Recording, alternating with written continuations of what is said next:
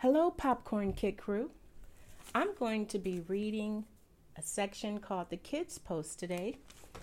And this article is honoring 150 years of professional baseball. So many of our friends who love baseball are going to love this article.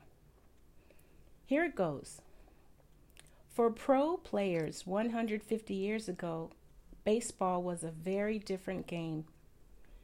KidsPost readers may have noticed that Major League Baseball players are wearing a patch on their uniforms, MLB 150. The patch celebrates the 150th anniversary of the first openly professional baseball team, the 1869 Cincinnati Red Stockings. Recently, I have been reading about baseball in the 1800s in a wonderful book, The New Bill James Historical Baseball Abstract. Back then, baseball was very different from baseball today. How different? Well, let's take a look. In the 1870s, pitchers didn't throw overhand, they threw underhand, like softball, from a pitcher's box about 45 feet away from home plate.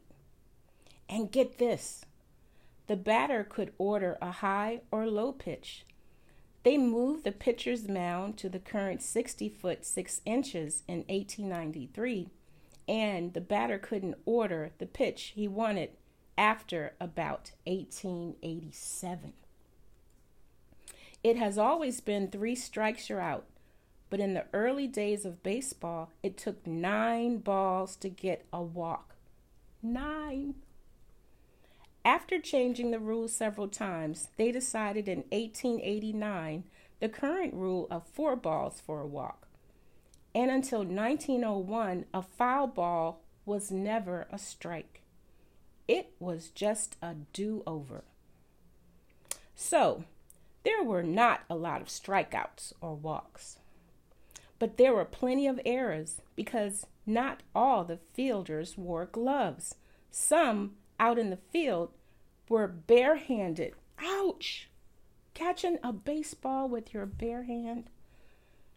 The last position player to play without gloves was Jerry Denny, who retired barehanded after the 1894 season. Denny played third base for the Louisville Cardinals. Denny was ambidextrous, meaning he could throw with his right hand or his left hand. He usually threw right-handed, but if the field was in the ball with his left hand, he would go in a hurry and he would throw with his left hand. Players' responsibilities were different in the old days. Excuse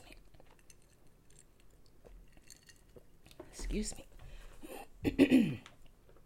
They were expected to pitch in for the business.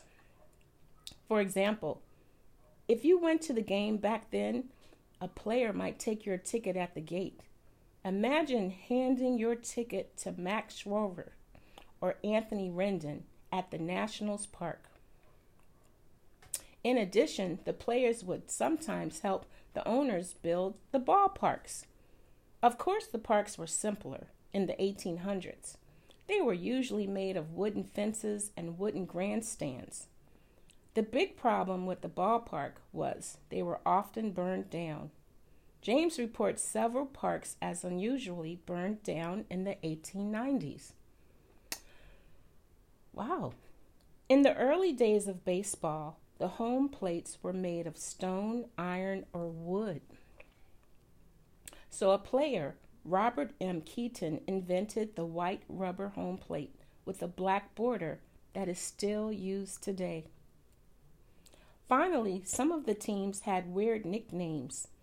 There were the Boston Bean Eaters,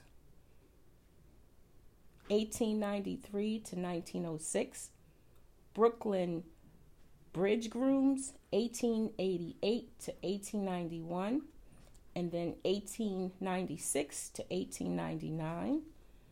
The Chicago Orphans were 1898 to 1902, and the St. Louis Perfectos in 1899.